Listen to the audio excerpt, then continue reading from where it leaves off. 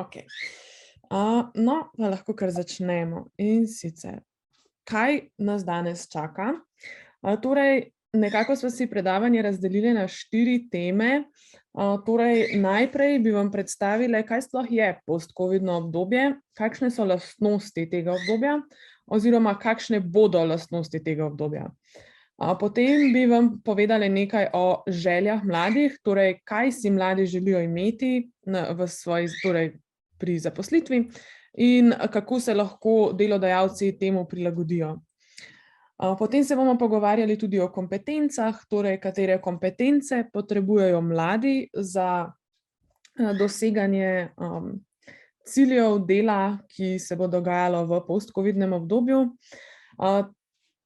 ter nekaj o spremembah iskanja zaposlitve in kadrovskih trendih, torej kakšne spremembe se bodo zgodile potem, ko se epidemija konča. Pa lahko mogoče začnemo kar s tem, kaj si predstavljate pod besedno zvezo post-covidno obdobje. Za vas sem v bistvu pripravila neko kratko anketo, kjer me zanima vaše mnenje. Najdete jo pa na spletni strani menti.com. Tja vpišete to številko, se pravi 234 818 97.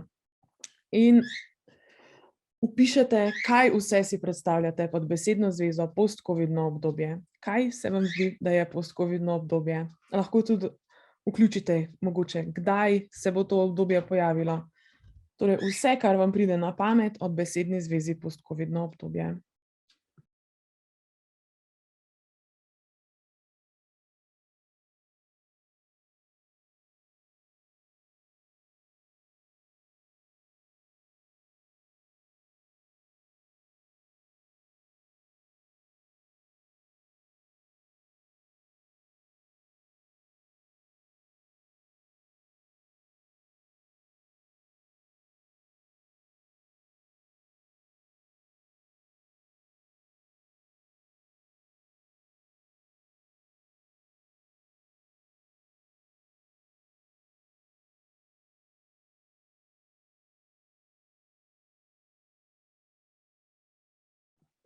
Je prišlo že nekaj odgovorov. Torej, kar se vam zdi, da bi nam lahko prineslo post-covidno obdobje, je na primer ekonomska kriza, svoboda, nova realnost, prevladanje IT sveta, delo od doma ter težave v zaposlovanju. Mislim, da se bomo skozi današnjo predstavitev dotaknili kar nekako vseh teh tematik, ki ste jih omenili. Tako da predlagam, da gremo kar naprej z našo predstavitvijo.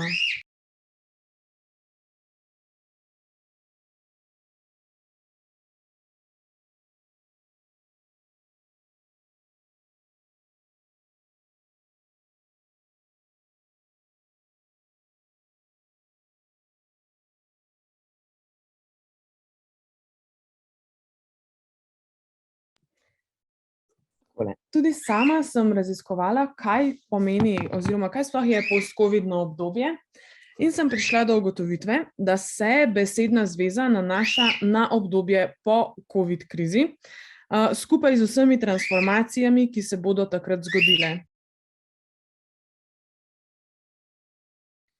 Te transformacije se bodo zgodile v socioekonomskem sistemu, v katerem živimo, kot tudi na vseh ostalih mikro in makro nivojih. Post-covidno obdobje označuje neko novo obdobje globalizacije, nekako sledi tretji industrijski revoluciji, ki je povzročila padec nekaj tradicionalnih poklicev in porast novih poklicev. Nekaj podobnega se bo zgodilo tudi po covidu. Ekonomsko gledano naj bi pandemija bolj oslabila gospodarstvo kot globalna finančna kriza, ki se je verjetno še spomnimo, leta 2008. Verjetno se spomnimo tudi posledic različnih varčevalnih ukrepov in podobno.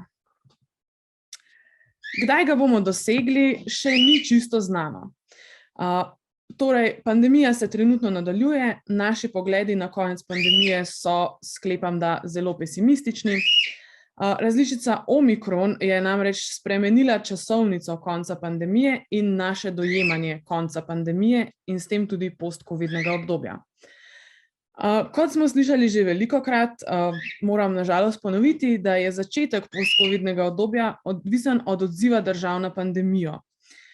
Torej se zna to post-covidno obdobje oziroma čas, v katerem bomo vstopili v to post-covidno obdobje, se zna razlikovati med državami. V vseh člankih, ki sem jih pregledala, si noben ni upal napovedati konca pandemije. Tako da bi rekla, da nam bo to znano kasneje, je pa res, da se kar nekaj sprememb že dogaja. Povečala se je digitalizacija, torej v vseh sferah našega življenja, veliko sprememb na tem področju pa se bo še zgodilo. Trenuten trend se nagiba k temu, da vse več zaposlenih na neki točki doživi izgorelost, zaradi česar se podjetja poskušajo bolj zavedati pomembnosti preventive na področju mentalnega zdravja, večina dela tudi na tem, da bi zmanjšala pritisk na svoje zaposlene. Kaj pa lahko pričakujemo od post-covidnega obdobja? Tudi tukaj v bistvu so članki zelo pesimistični, in sicer nova realnost naj bi postali socialni nemiri, med ljudmi naj bi bilo več absolutne revščine in pa večja ekonomska neenakost. Zaradi tega se predvideva, da bo v naši družbi bolj prisoten politični ekstremizem, manj naj bi bilo tolerance med ljudmi, vse dokler ne pride do naslednjega koraka v razvoju družbe. Ravno nasprotno pa naj bi se dogajalo v podjetjih. Ta naj bi delala na povečanju inkluzivnosti in tolerance med sodelavci. Za to obdobje bodo značilne vedno bolj zamegljene meje fizičnega, digitalnega in pa biološkega sveta. Povečal se bo odstotek ljudi, ki bodo delali na daljavo. Tukaj sem našla graf, ki napoveduje delo na daljavo, sicer za ZDA, za naslednjih 5 let. Torej lahko vidimo, da se bo povečal delež služb, ki bodo v celoti na daljavo, ter delež, ki bodo delno na daljavo. Zmanjšal pa se bo temu primerno delež služb, ki se ne morejo opravljati na daljavo. Temu primerno bo sledil še večji tehnološki razvoj podjetij, tehnološki razvoj izobraževanja in vseh aktivnosti, ki jih lahko počnemo preko spleta. To bo vodilo k raznoraznim strukturnim spremembam. Povečane naj bi se prav tako tenzije na mednarodnem trgu. Zaostrujejo se odnosi med ZDA in Kitajsko, temu pa bi lahko sledile tudi druge države. V obdobju pandemije smo se začeli vedno bolj zanašati na domač trg in ne na tuj trg. To bo vidno tudi v post-covidnem obdobju, namreč več naj bi bilo regionalizacije, vpliv na države pa se bo razlikoval. Spremembe se bodo in so se zgodile tudi na področju službenih potovanj. Teh je bilo med pandemijo relativno malo, zmanjšal pa naj bi se tudi delež teh potovanj po pandemiji, saj bi ljudje ugotovili, da lahko vedno več teh zadev opravijo na daljavo, torej preko spletnih orodij, kot so Zoom in podobno. Definitivno pa lahko pričakujemo tudi večje posvečanje podjetij mentalnemu zdravju in raznim psihološkim temam. V pandemiji je to postalo predmet veliko razprav, kar pa pričakujemo, da naj bi se nadaljevalo tudi kasneje. Zdaj imam pa pripravljeno še eno vprašanje za vas, in sicer, kaj pa se vam zdi, da si mladi želijo pri svoji prihodnji zaposlitvi? Torej, kateri dejavniki so pri zaposlovanju, se jim zdijo pri iskanju delodajalca pomembni? Spet lahko pridete na Mentimeter, koda je enaka kot prej, in vpišete 3 lastnosti, za katere se vam zdi, da si jih mladi želijo.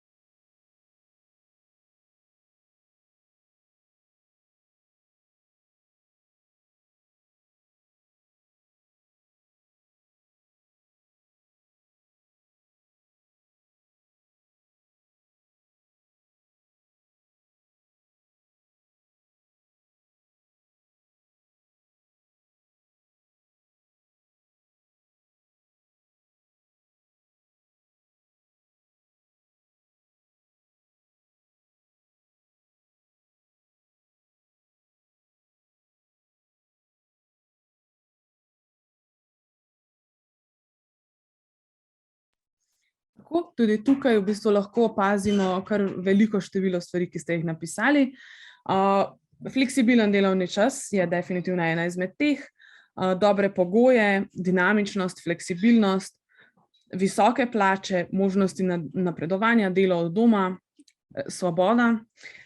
Definitivno se bodo te teme pojavljale tudi v naši predstavitvi naprej. Zdaj pa samo prestavim nazaj na takole. Midve sva vprašale kar nekaj mladih, ki jih poznava, torej z različnih področij, in naju je zanimalo, kaj si želijo pri iskanju svoje prihodnje zaposlitve. Kot najpomembnejše so uvrstili izobraževanje, torej izobraževanje na kariernem področju, karierni razvoj. Zelo pomemben se jim zdi tudi osebni razvoj, ki jim ga mora podjetje omogočati, zato da bi se počutili zadovoljno v tem podjetju. Pomembno jim je, da so tudi s svojim delom zadovoljni, da imajo dobre odnose na delovnem mestu. Tukaj so omenili predvsem veliko skupnih aktivnosti, kot so na primer team building in podobne skupinske aktivnosti. Kar nekaj jih je kot pomembno ocenilo transparentnost poslovanja podjetja in pa pridobivanje izkušenj na mednarodnem področju. Kot smo lahko videli, da je nekdo zapisal prej, si mladi želijo predvsem stabilne zaposlitve, sploh glede na situacijo, ki smo ji bili priča znotraj pandemije. Mladi si želijo tudi možnosti mentorstva in napredovanja na delovnem mestu. Kot zelo pomembno mladi ocenjujejo tudi skrb za duševno zdravje. Pomembno jim je, da se o teh temah govori, da se izvajajo različni projekti povezani s tem, želijo pa si spodbudnega ter ne preveč stresnega okolja. Omenili pa so tudi varnost, in sicer varnost v smislu upoštevanja varnostnih ukrepov na delovnem mestu, kar med drugim vključuje tudi vse zdravstvene omejitve, ki smo jim bili priča med pandemijo. Zanimivo se mi zdi, da jih na primer ne moti, da morajo na delovnem mestu nositi maske, a da je treba pri delu preverjati različne pogoje in podobno. In sedaj lahko iz tega izhajamo k tem, čemu se bodo morali v prihodnosti prilagoditi delodajalci. Poleg vsega tega, kaj sem naštela že prej, torej različnim željam mladim, se bodo morali prilagoditi še veliko drugim dejavnikom. Članki, ki se osredotočajo posebej na post-covidno obdobje, omenjajo več faktorjev. In sicer, morale bodo biti prisotne prakse oziroma možnosti dela na daljavo, ki jih bodo delodajalci uporabili lahko kot prednosti določenega delovnega mesta. Prisotno pa bo moralo biti tudi zavedanje in zmanjševanje pritiskov na zaposlenega. Kar nekaj je zapisanega tudi o novi tehnologiji in prilagoditvi delovnega mesta tej novi tehnologiji. Zato se bodo morali prilagoditi tudi procesi zaposlovanja, iskanja talentov in podobno. Več o tem bo kasneje povedala Tina. Vedno manj naj bi bilo zaposlitev, ki nimajo tradicionalnega 8-urnega delovnika, torej pojavljala se bo večja fleksibilnost. V post-covidnem obdobju se bodo na delovnem mestu morale bolj izkazati ženske, saj je njih pandemija in različne obveznosti, ki so prišle skupaj s pandemijo, najbolj zaznamovala, predvsem na trgu dela. Po določenih ocenah naj bi svoje zaposlitve zapustilo kar 3 milijone žensk po svetu, ki so jih v času pandemije enostavno bolj potrebovali doma, predvsem zaradi težav z varstvom in izobraževanjem otrok. Po določenih napovedih, recimo napoved Oxford Economics, pa naj se nivo zaposlenih žensk ne bo vrnil na raven pred pandemijo vse do leta 2024, medtem ko naj bi se nivo zaposlenih moških vrnil na predpandemični nivo že leta 2022, torej letos. Nova realnost pa bo postalo tudi spreminjanje poklica. 25% več delavcev bo moralo iskati drug poklic, kot ga imajo sedaj oziroma so ga imeli pred pandemijo. Vse večje spremembe so se in se verjetno še bodo zgodile, predvsem na področjih turizma in v različnih drugih vejah dela z ljudmi, tudi recimo v mladinskem delu, ki se je v kar veliki meri preselil na daljavo, in zaradi tega so bile vpeljane tudi nove prakse, ki bodo mogoče kasneje postale redne prakse. No, zdaj bi se pa še jaz na kratko predstavila, se pravi, jaz sem pa Tina in v nadaljevanju bom predstavila še dve temi, ki ju je Sara že prej napovedala. Začela pa bi v bistvu z novimi kompetencami oziroma novimi je že kar tako malo beseda, no, te kompetence so načeloma tudi že obstajale, ampak ki po mnenju kadrovnikov mladi najbolj potrebujejo. Se pravi, midve so v bistvu kar izvedli kratko anketo, vključili sva vzorec slovenske kadrovike, sva zaktivirali recimo LinkedIn pa razne skupnosti na socialnih omrežjih, kjer kadroviki debatiramo o raznih vsakdanjih problematikah. In so jih v bistvu povprašali, kaj so po njihovem mnenju nove kompetence, ki jih mladi trenutno potrebujejo na trgu dela, in pa kako ali v bistvu so se sploh med pandemijo kakorkoli spremenile. Torej, to predstavljajo v bistvu res super vpogled v to, kakšna je situacija v Sloveniji po mnenju kadrovikov, da je res relevantno, ne, tudi za nas. Se pravi, kot tukaj so navedene na prvem slajdu, se pravi tiste, ki so se najpogosteje pojavljale. To so torej hitro učenje, ponotranjanje znanja, prilagodljivost, komunikativnost, radovednost, samoiniciativnost, veliko kritičnega razmišljanja in pa vztrajnost. Te torej dojemajo kadrovniki kot trenutno najbolj ključne za mlade, ki vstopajo na trg dela. To lahko jaz v bistvu tudi iz lastne izkušnje mogoče povežem, ker sem recimo v sredini nekje leta 2020 se priključila eni kadrovski agenciji in je bilo v bistvu rečeno, da se od mene pričakuje, da bom nekako uspela znanje srkati, se pravi, da se bom hitro učila, da bom to ponotranjila, da bom vse to pa nekako vključila tudi svoj del, se pravi mladega, inovativnega razmišljanja, neke sveže ideje, kar pa lahko tukaj vidimo predvsem pri recimo kritičnem razmišljanju, samoiniciativnosti, radovednosti, a ne, se pravi ta vložek svežega pogleda mladih se zdi kadrovikom tudi zelo pomemben. Sara, lahko daš naprej. Potem so pa tukaj zdaj še naštete kompetence, ki so po mnenju kadrovikov tudi pomembne, ampak so jih recimo v veliko manjši meri naštevali, kot pa tiste, ki sem jih omenila prej. Tukaj recimo zanimive sta recimo ta prodornost in realističnost, mogoče se tukaj lahko povežemo s tem, da veliko starejših recimo meni, da smo mladi v oblakih, da sanjamo, da imamo zelo nerealistična pričakovanja, kar se tiče trga dela, ne, tudi recimo plačnih pogojev nas hitro nekako zatrejo, ker imajo po njihovem mnenju, da imamo pač prevelika plačna pričakovanja za naše delo. Zelo veliko vlogo imajo tuji jeziki, predvsem angleščina, zdaj jaz pri večini poklicev je zdaj že na vsakodnevni bazi, sploh glede povezovanja z različnimi državami, a ne, da je potrebno to uporabljati. Dober time management je tudi ključnega pomena, to se bo recimo tudi v naslednjem slajdu, ko bom začela majčkeno še o spremembah govoriti, pokazali. Pa sposobnost nekega recimo doseganja ciljev pa reševanja neznanih problemov, a ne, to tudi izpostavljajo kot zelo pomembno, se pravi v neke neznane situacije, ko se damo, da smo nekako pripravljeni to rešiti.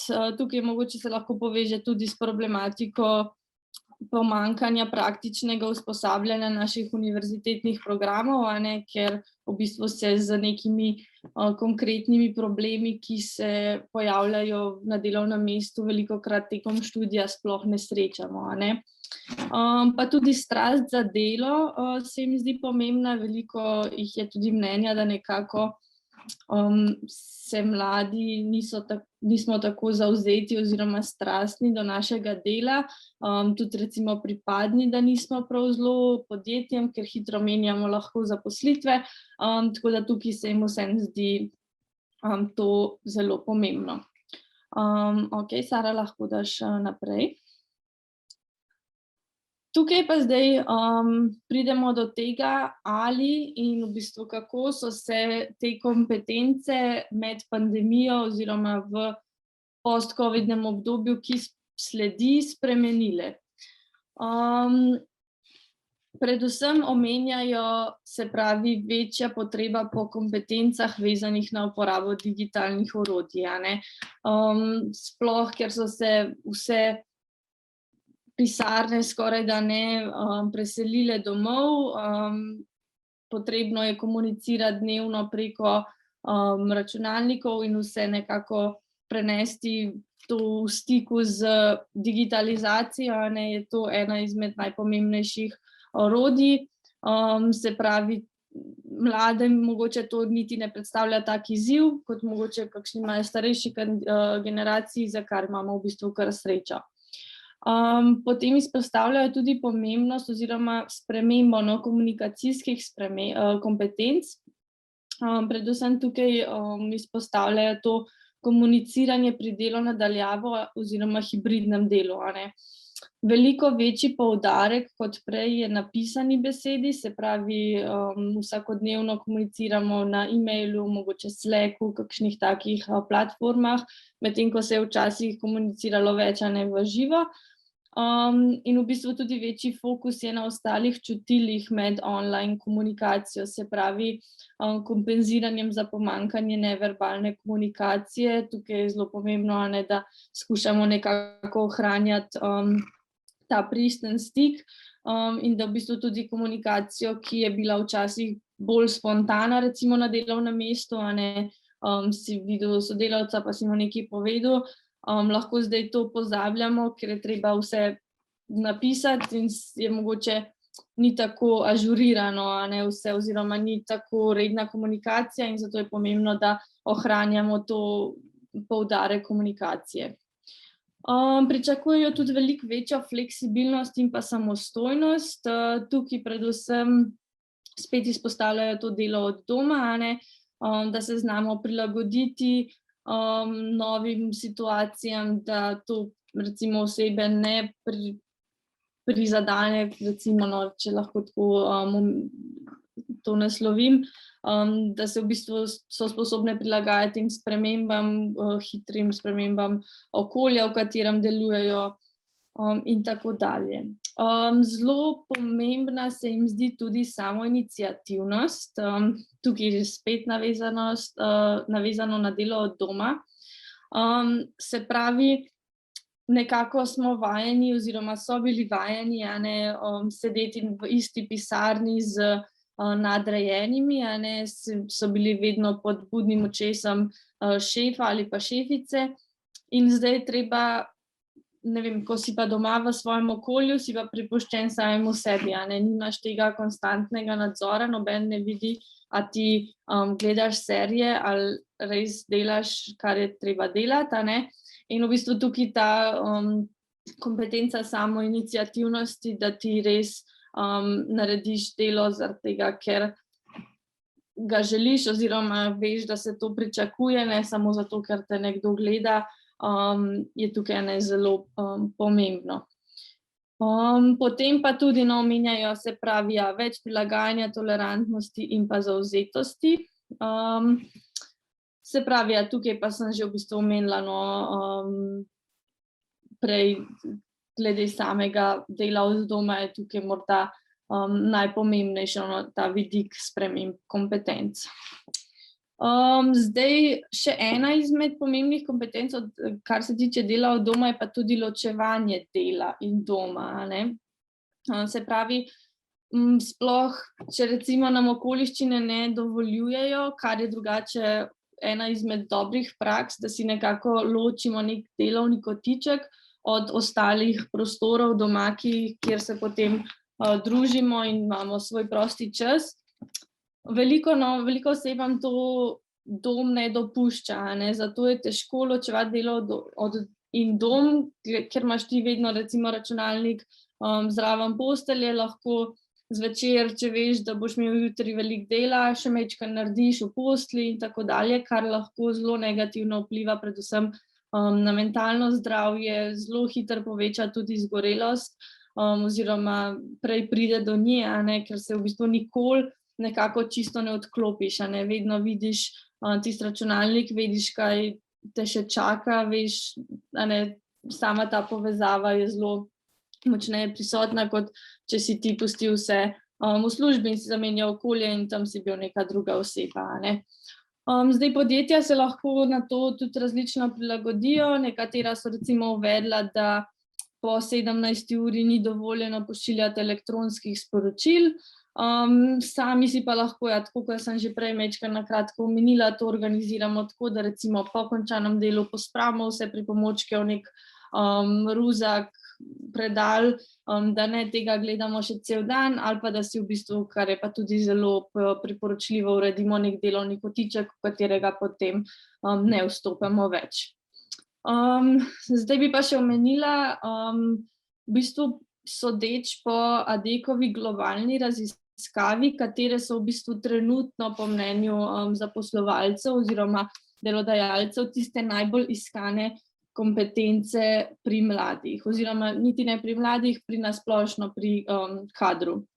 To so v bistvu čustvena inteligentnost, reševanje problemov, analitično razmišljanje in pa inovativnost. To sem v bistvu nekako že prej so bile vsaj do neke mere te kompetence omenjene, morda tukaj lahko pa samo izpostavimo ta pomembnost čustvene inteligentnosti, ki mogoče do zdaj ni imela toliko pomembne komponente še, ampak se pa tudi glede na to, kako se spreminjajo trendi v pomembnost mentalnega zdravja na delovnem mestu, v bistvu to z roko v roki gre tudi s tem, da nekako pomembnost dajo tudi čustvene inteligentnosti, sploh recimo v vodilnem kadru, a ne, da je ta sprememba kar konkretna. Ok, Sara, lahko greš naprej.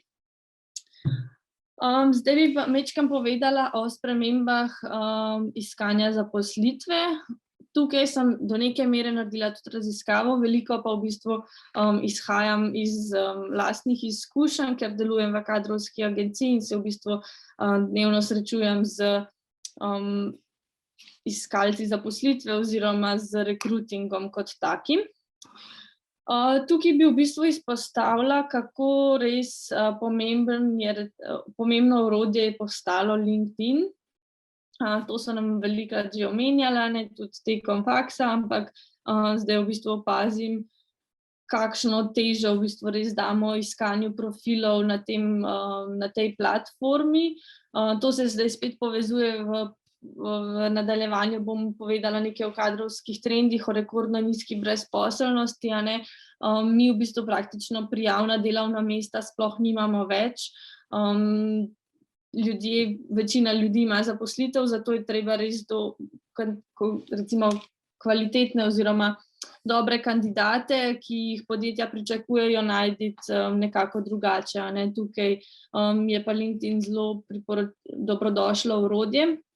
Je pa pomembno, da si profil res nekako uredimo. Tukaj bi jaz izpostavila, kaj meni osebno recimo najbolj pade v oči, recimo kakšni profili, kaj je tisto, kar nekako izstopa, in to je v bistvu, da imaš na LinkedIn profilu naloženo profesionalno sliko sebe, da so podatki o tvojih zaposlitvah ažurirani, se pravi, da si redno updateš oziroma obnavljaš recimo dejavnosti, na katerih si trenutno aktiven. Zelo koristno je tudi pri vsaki, recimo tako zaposlitvi, kot tudi pri prostovoljnih dejavnostih, ki so tudi dobrodošle, da se vnesejo noter, naredi kratek opis oziroma poglavitne vloge, ki si jih imel pri tem delovnem mestu, ker tako zelo lažje vidiš, kaj posameznik že zna delati, za katera delovna mesta bi bil najbolj primeren, v bistvu hitreje najdeš neko ujemanje med zahtevami delodajalca in pa znanji kandidata. Potem lahko dodamo tudi svoje kompetence, seveda. Zelo tako enostaven klik je v bistvu samo, da si naštimaš v primeru, da si res odprt za nove priložnosti, je možnost open to work.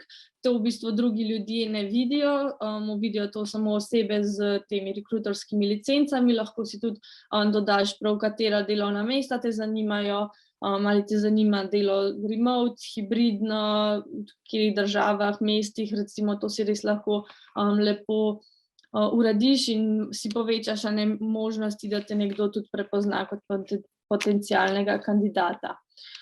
Pomembno je tudi, da si gradimo lastno blagovno znamko in da se mrežimo, se pravi, to je s tem lahko, oziroma to lahko dosežemo tako kot z nekimi všečkanjem oziroma lajkanjem, komentiranjem, objavimo svoje dosežke, kakšne, in v bistvu tako nekako gradimo svojo lastno blagovno znamko, svojo prepoznavnost in tudi tako si povečamo možnosti, da bomo nekomu recimo padli v oči, pa bo recimo zainteresiran, da bi se mi pridružili njihovi ekipi. Ok, Sara, lahko greš naprej. Ena izmed sprememb pri iskanju zaposlitve je tudi, da se je večina razgovorov vsaj na prvem krogu premaknila v online okolje. Se pravi, včasih so vsi razgovori potekali v živo, zdaj je to res v bistvu samo še potem tisti zadnji kandidati ponavadi oziroma zadnji krogi kandidatov imajo razgovore v živo.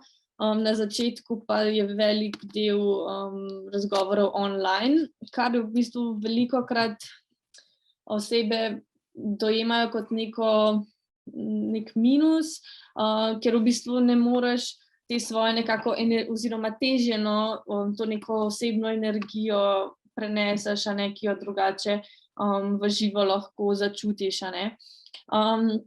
Zato je tukaj zelo pomembno, da se trudimo vzpostaviti nek čim bolj realno sliko. Pomembno je torej, da pazimo na neverbalno komunikacijo, se pravi, da in pa očesni stik, da ne gledamo v recimo tipkovnico cel čas ali pa stran, ali pa če smo preko telefona, da imamo takole spodaj pa gledamo gor. Se pravi, take stvari so zelo pomembne, ker nekako ne vzdržujemo potem še te neverbalne komunikacije, ki vemo, kakšen pomen ima. Fajn je v bistvu torej, da si nekako tako nastavimo celoten setting razgovorov, da se bi nas mogoče celo skoraj do pasu videlo, ali pa vsaj mečkaj, sem že celo preblizu, da se vidi tudi lahko svoje kretnje uporabljamo, da se vidi vse. Tako da to je zelo koristno.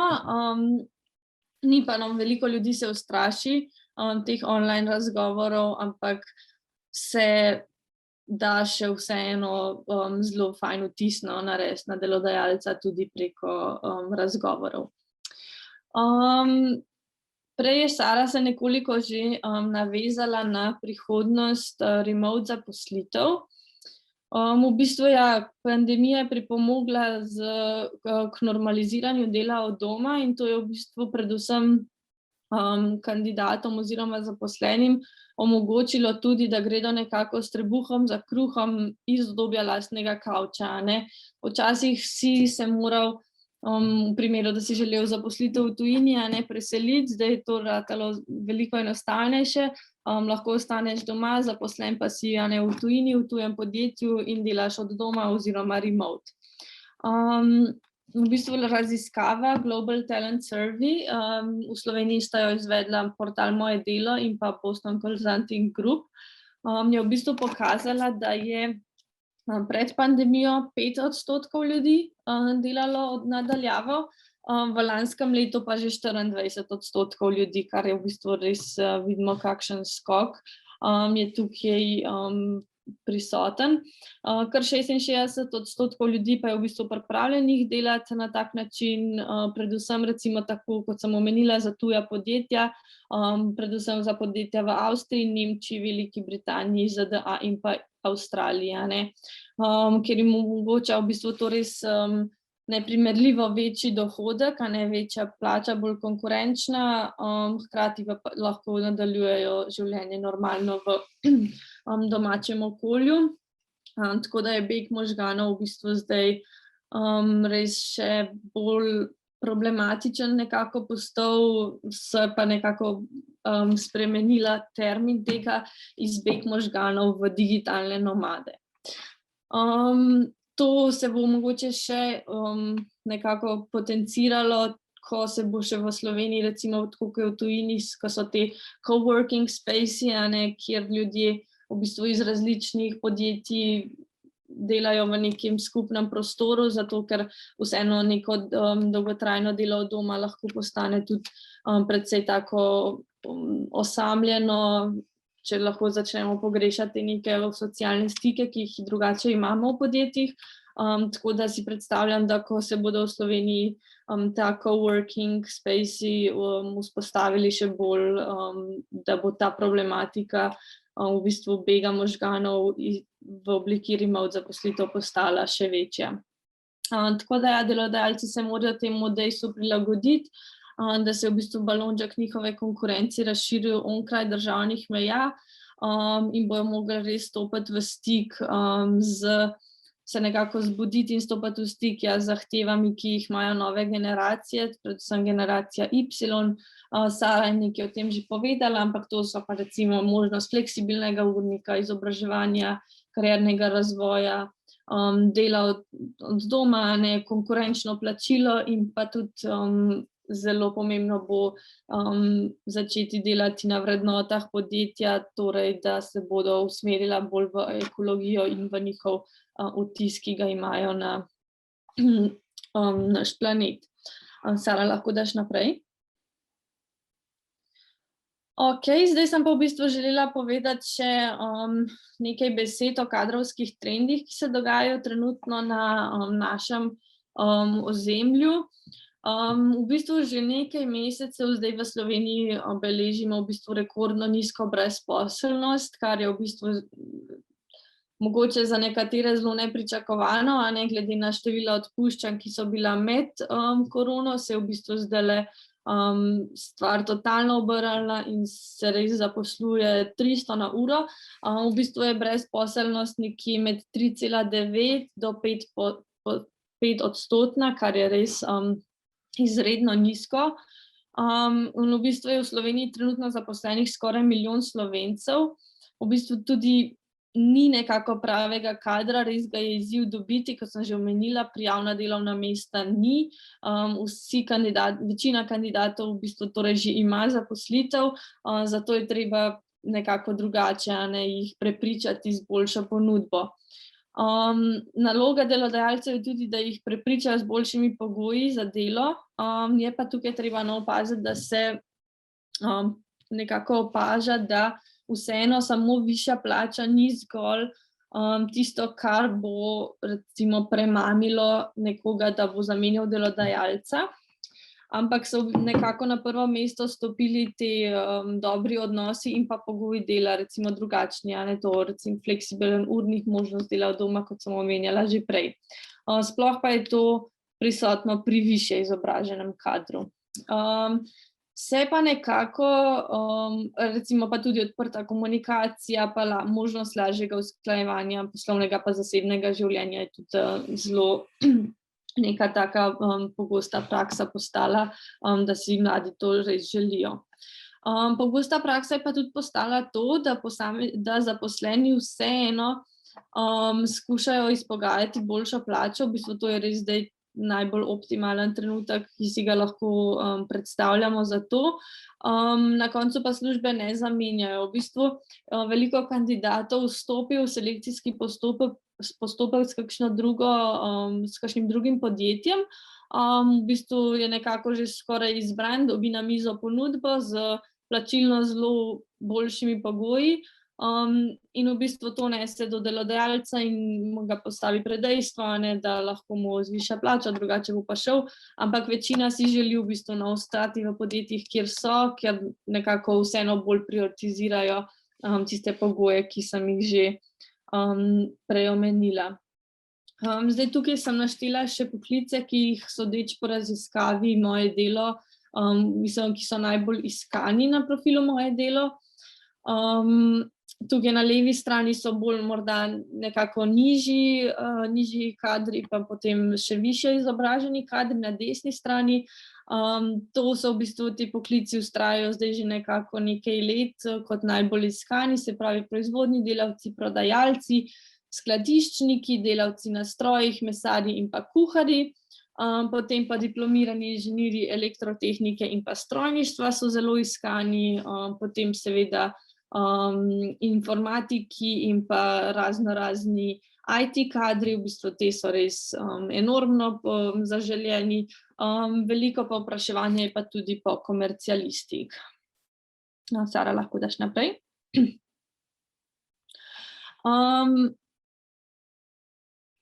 Nekaj zaštekali, samo meni. Bom kar nadaljevala.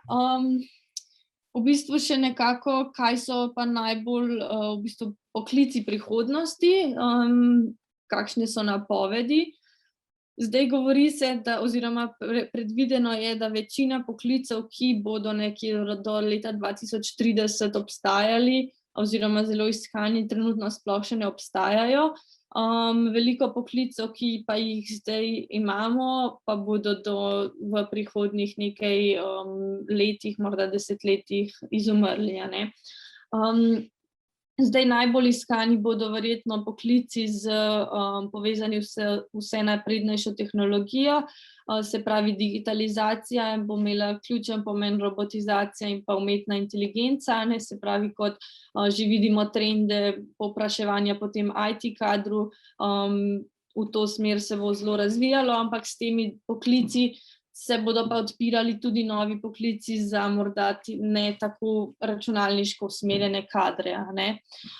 So pa napovedi tudi, da bodo poklici iskani tudi v povezavi z varovanjem okolja in pa oskrbo človeka, ki bo postala v bistvu še pomembnejša zaradi ekstremno starajoče se družbe.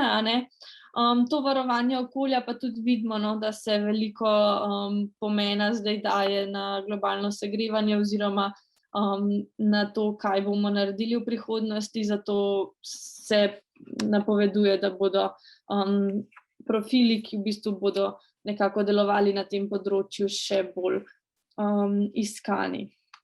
Pa Sara, še enkrat naprej.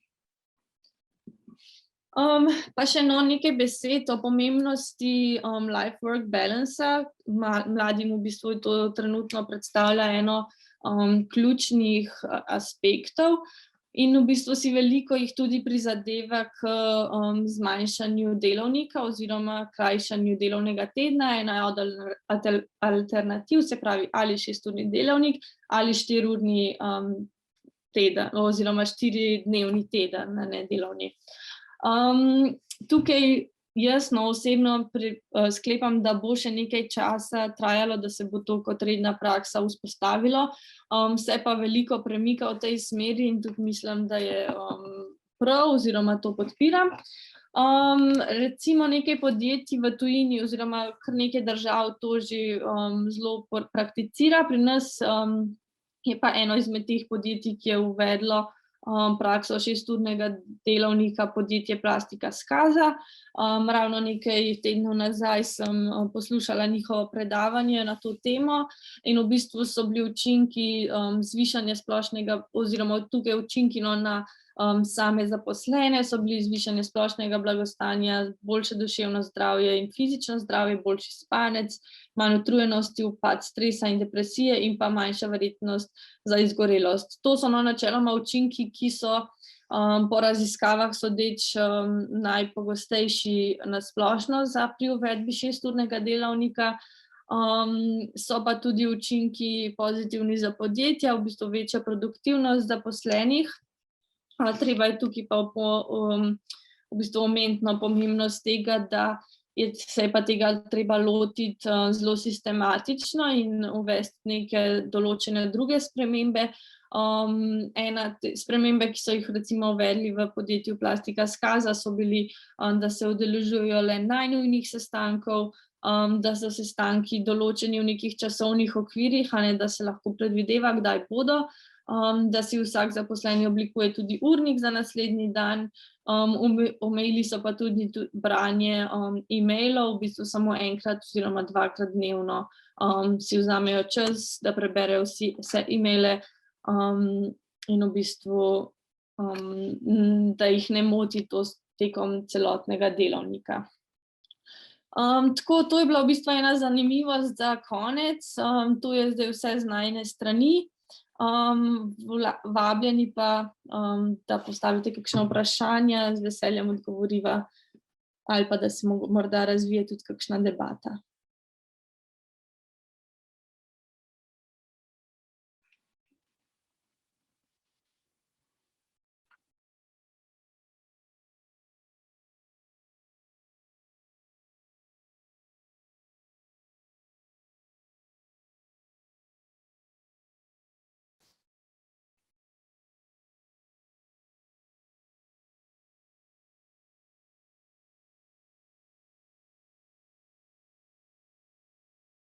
V primeru, da ni vprašanj, bi se pa zahvalila za povabilo.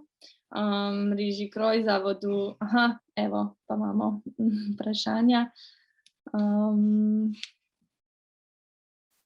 Tako, ja, to sem tudi glede Hoferja slišala, da se uvaja, nisem pa še zasledila nobenih raziskav o tem, kako se je že obneslo oziroma kakšne učinke so pokazali.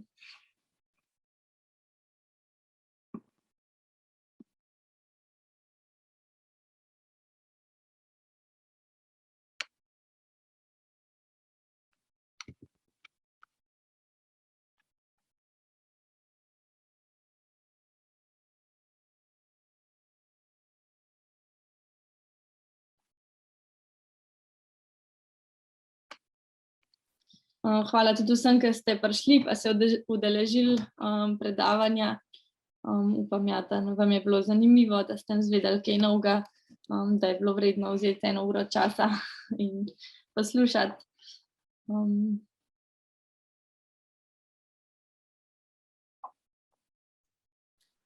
Bi se pa še zahvalila v imenu Mreže Kroj.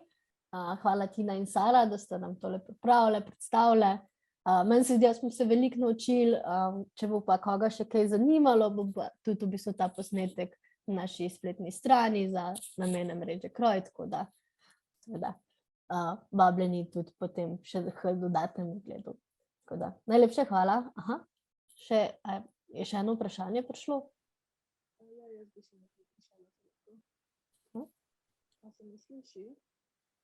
Ja, zelo na tiho. Povejte. A me zdaj kaj bolj slišite? Ja, super. Ok, super. V bistvu sem se hotela vprašati, ker celo predavanje, očitno tudi vajina raziskava se bolj osredotočila na neke te pisarniške službe. Kar se tiče pa kakšnih bolj fizičnih, to sta tudi kaj gledali, kakšne so spremembe, kakšne so predvidene spremembe?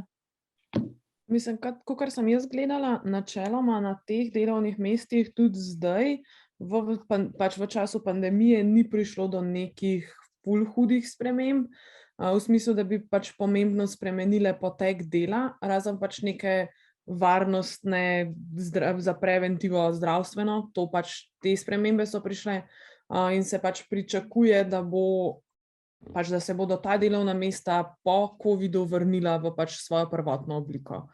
Torej, tukaj v bistvu ne bi prišlo do toliko sprememb, tudi pri raznih poklicih, kjer je pač veliko kontakta z ljudmi, se pač tudi pričakuje, da se bodo stvari večinoma vrnile v normalno stanje, ki je bilo pred pandemijo.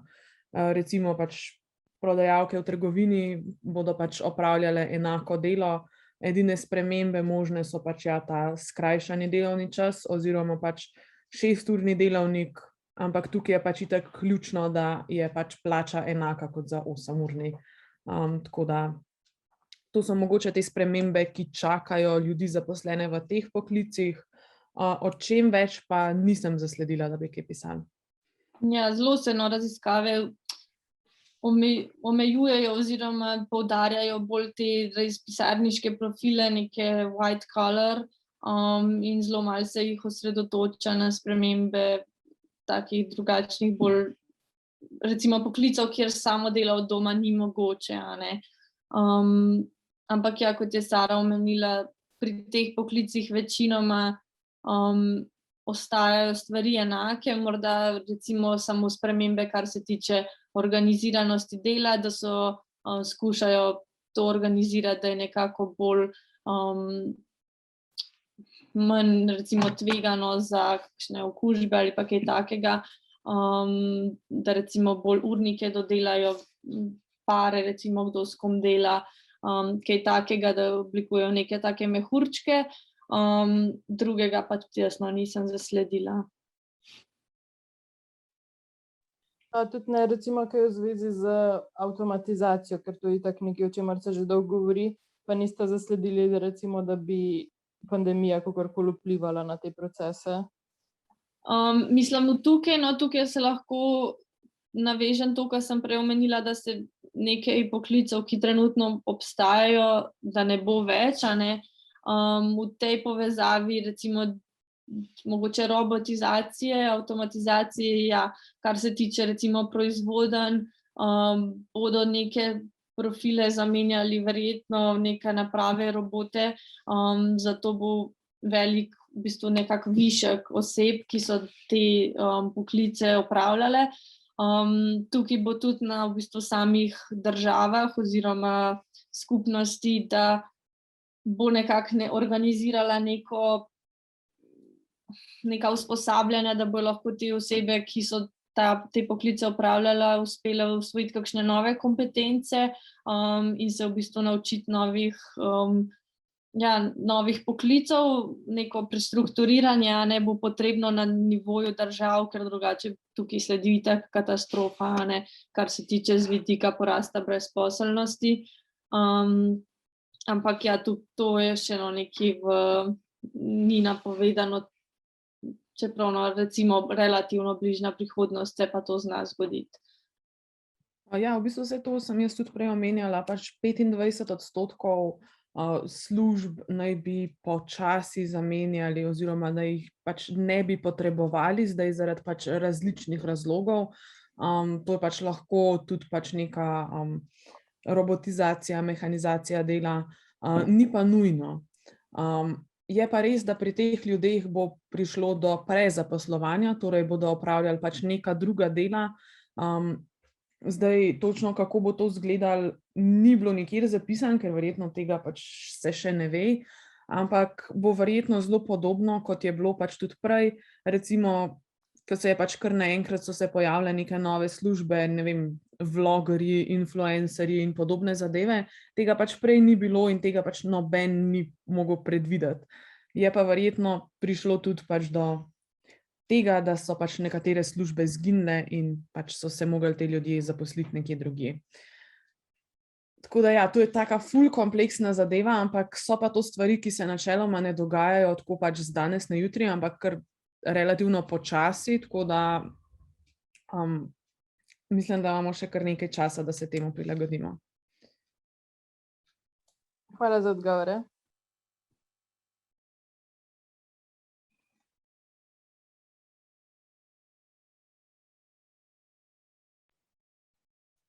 Eno vprašanje glede tega 6-urnega delavnika oziroma drugih opcij. To eno podjetje je v Sloveniji, Mislim, ste slišali še za kakšno drugo, ali da se... Za to eno podjetje jaz tukaj v bistvu dobro vem, ker je ena izmed naših kolegic psihologij izvajala magistrsko delo v bistvu in spremljala učinke. Ja, kot je smo v chatu videli, se tudi v Hoferju nekako usmerjajo v prakso skrajšanega delovnega časa s pogoji pač plačnimi za polni delovni čas. Drugih podjetij pa v bistvu jaz še nisem zasledila, no, da bi prav striktno na 6 ur zmanjšali. So podjetja, ki se pravi, imajo zelo fleksibilen urnik, a ne, se pravi, da začneš med 7 pa 10 pa končaš, a ne, kadar ti, mislim, tako da nekako nekih 8 ur noter oziroma uspeš opraviti. Se mi zdi, no, da se pa veliko tudi tako neformalno to uvaja, ne v smislu prav, da se zmanjša delovnik kot tak, ampak da veliko delodajalcev, vsaj pri poklicih, kjer je to spet mogoče, a ne, to ni mogoče pri vseh aplicirati, da se posamezniki, ko opravijo delo, a ne, če je delo narejeno, lahko zaključijo tudi prej, a ne. Se pravi, da ne sedijo potem v pisarni in gledajo v zrak še, ne vem, 1 uro, če so recimo prej zaključili.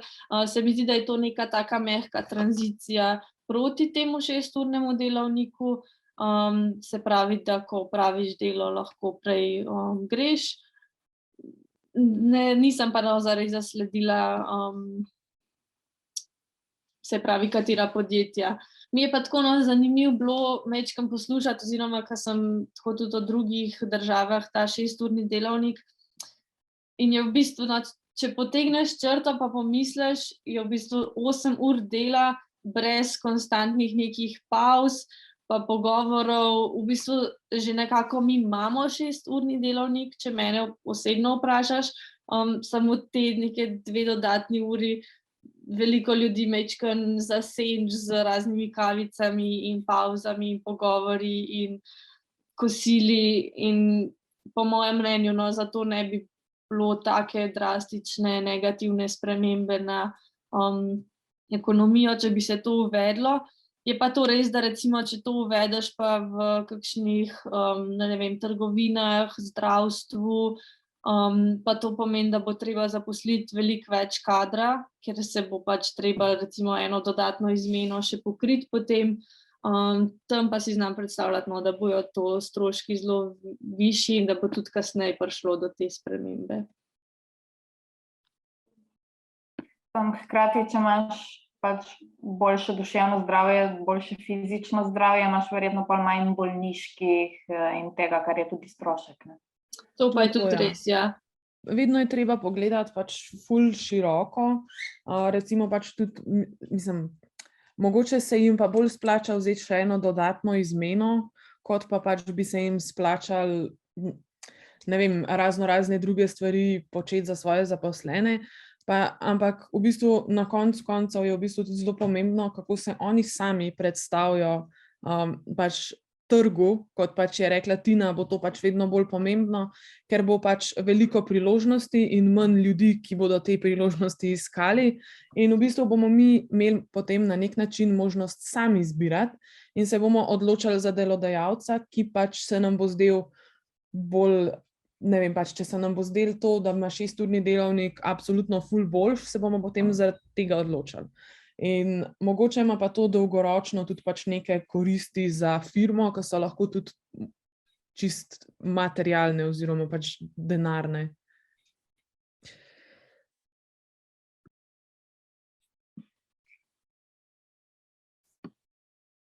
Super, je še morda kako vprašanje?